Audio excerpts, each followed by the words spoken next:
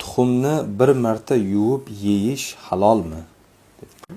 Alhamdulillah, vassalatu vassalamu ala rasulillah. Oxirgi kunlarda juda ko'p so'ralgan masalalardan, mana o'zimdan ham bir qancha odamlar telefon orqali yoki boshqa vositalar orqali mendan so'radi.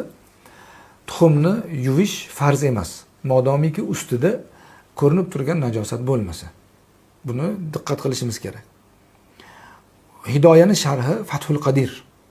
Ibn Humam, Kamal ibn Humam rahmatullohi alayhni hidoyaga qilgan sharhlari Fathul Qadirda tuxum borasida kelgan masala shuki, agar ustida, tuxumning ustida ochiq najosat ko'rinib turmagan bo'lsa, uni demak qaynatish yoki chaqib demak iste'mol qilish, pishirish uchun chaqishda iste'mol qilishlikda monelik yo'q.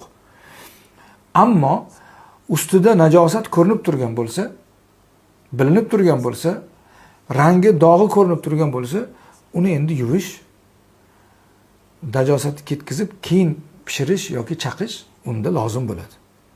O'sha Ibn Humam Fathul Qadirda aytadilarki, masalan bir tovuq tuxum qildi. Tuxumi o'sha orqasidan chiqib to'g'ri suvga tushdi. Namligi holatda yoki qurigan holatda. Yo o'sha namli orqasidan tushiboq to'g'ri suvga tushib ketdi. Hech qanaqa najosatga aralashgani yo'q, orqadan chiqdi, suvga tushib ketdi. Yoki bu yoqqa qo'yib qo'ydi, ustida najosati yo'q, quridi, keyin suvga tushdi. O'sha suvni najosat qilmaydi deganlar.